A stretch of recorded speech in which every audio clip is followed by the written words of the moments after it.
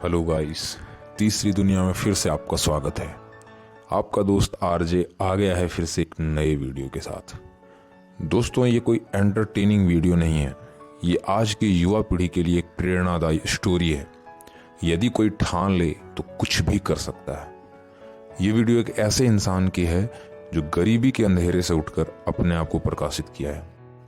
तो वीडियो को पूरा देखें ताकि आपको भी सफलता का मंत्र पता चल सके। मैं जिनकी बात करने जा रहा हूं वो झारखंड के गिरिडीह जिले के एक छोटे से गांव तीसरी से कुछ दूर कोदईबाग के रहने वाले हैं।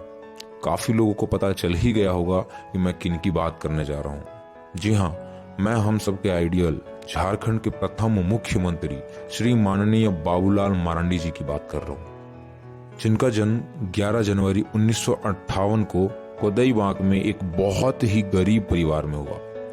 इनका बचपन कोदईबाग के गलियारों में तथा किसान पिता के साथ खेत खलिहानों में हुआ।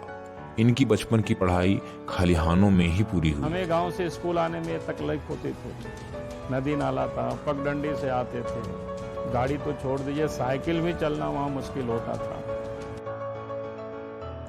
जैसे जैसे ये बड़े होते गए, इनकी पढ़ाई में रुचि देख इनका दाखिला बरमशिया स्कूल में कराया गया, जहां से उनकी प्राइमरी की पढ़ाई पूरी हुई। अपनी कॉलेज तथा ग्रेजुएशन की पढ़ाई के लिए गिरिडीह चले गए और गिरिडीह कॉलेज गिरिडीह से अपनी पढ़ाई पूरी की। तभी गिरिडीह में राष्ट्रीय स्वयं सेवक संघ अर्थात आरएसएस का माहौल तैयार हो रहा था। अपनी कॉलेज की पढ़ाई कंप्लीट कर मरांडी रांची गए और ज्योग्राफी पीजी कंप्लीट कर प्राइमरी स्कूल में पढ़ाना शुरू किए। तब तक मरांडी जी संघ से पूरी तरह जुड़ चुके थे। मरांडी जी कुछ दिनों बाद अपनी टीचर की नौकरी छोड़ दी। इसके पीछे की भी दो कहानियां प्रचलन में है। पहला कि वे किसी काम को लेकर एजुकेशनल डिपार्टमेंट में गए तो वहां के क्लर्क ने उनसे काम को लेकर पैसे मांगे, जो मरांडी जी को कतई बर्दाश्त नहीं हुआ। दूसरी कहानी ये कि वे संघ से इस प्रकार जुड़ चुके थे कि उनको संघ के कार्यों से समय नहीं मिल पा रहा था। साथ ही उनको विश्व हिंदू परिषद से भी काफी अपॉर्चुनिटीज आ रही थी उनको पद पाने के लिए। ये सब देखते हुए उन्होंने टीचर की नौकरी छोड़ दी। उसी दरमियान वनांचल क्षेत्र, जो आज झारखंड कहा जाता है, वहां का सचिव नियुक्त किए गए। सन 1983 में मरांडी जी दुमका गए। वहां आरएसएस ऑफिस में रहना, खाना पीना सब होता था। इस दौरान बीजेपी के विष्णु प्रसाद जी के संपर्क में आए। फिर मरांडी जी धीरे धीरे रांची आना शुरू किए। अपने कार्यों को वे निष्ठापूर्वक कर रहे थे, जिससे धीरे धीरे वह भाजपा की नजरों में आने लगे। साल 1991 बीजेपी ने दुमका लोकसभा से टिकट दिया मरांडी जी को, लेकिन वो हार गए। पुनः साल 1996 में अगला लोकसभा चुनाव हुआ। फिर से बीजेपी ने मरांडी जी को मौका दिया, उनको सीट दिया। इस बार उनके सामने थे शिबू सोरेन, जो कि वर्तमान झारखंड के मुख्यमंत्री के पिता हैं। किंतु फिर से मरांडी जी को 5000 वोट से हार का सामना करना पड़ा। मरांडी जी फिर भी नहीं हारे। उन्होंने साहस बांधा, हिम्मत रखी और मरांडी जी शिबू सोरेन जैसे बड़े नेता से हारने के बाद सबकी नजरों में आने लगे। तभी बीजेपी ने उनका अपना संगठन बनाने की सलाह दी। तभी बीजेपी ने उनको झारखंड इकाई का प्रमुख बना दिया। मरांडी संगठन के लिए काम करने में जुट गए। सन 1998 में लोकसभा चुनाव हुए। मरांडी जी ने संगठन के लिए कितना काम किया, ये इस चुनाव के दौरान पता चलना था। चुनाव के दरमियान 14 लोकसभा सीटों में से 12 सीटें बीजेपी के हाथ में लग गई। मरांडी ने सोरेन को हरा दिया। तब झारखंड का गठन नहीं हुआ था, किंतु नींव पड़ चुकी थी। जीत के साथ मरांडी जी को केंद्रीय मंत्रिमंडल में शामिल किया गया। लोकसभा भंग हुआ। 1999 में पुनः चुनाव हुए। इस समय इनके सामने थी शिबू सोरेन की पत्नी रूपी सोरेन, जिन्होंने 5000 वोट से मरांडी फिर से जीत गए। अगला साल 2000 बिहार से झारखंड के अलग होने की समय एनडीए की सरकार बनी तथा मरांडी बने झारखंड के पहले मुख्यमंत्री।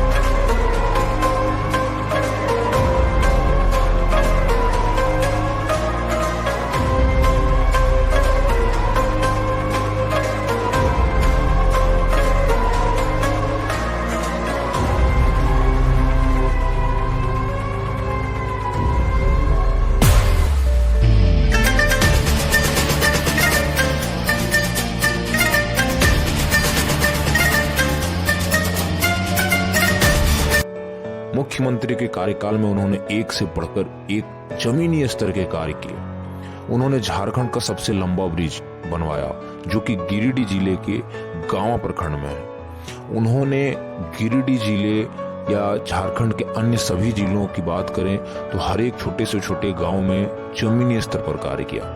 जहां सड़कें नहीं थी सड़कें बनवाए, जिनको घर नहीं थे उनको आवास योजना दिलाई। मरांडी जी अपनी कुर्सी को लेकर आश्वस्त थे तथा उन्हें अपने कार्यकाल के 3 साल के भीतर ही इस्तीफा देना पड़ा तथा अर्जुन मुंडा बने झारखंड के अगले मुख्यमंत्री। धीरे धीरे मरांडी जी ने राजनीति से दूरी बनाई।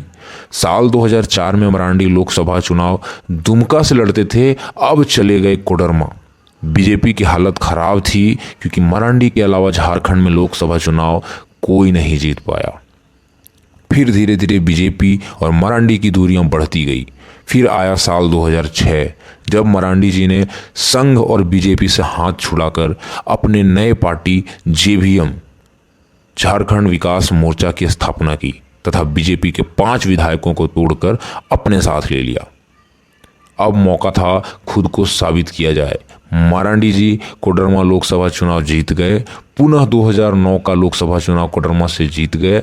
एक लंबे समय सत्ता में फिर मरांडी जी को नहीं देखा गया। उन्होंने प्रयास हर बार किया किंतु सत्ता उनके हाथ लगने का नाम ही नहीं ले रही थी।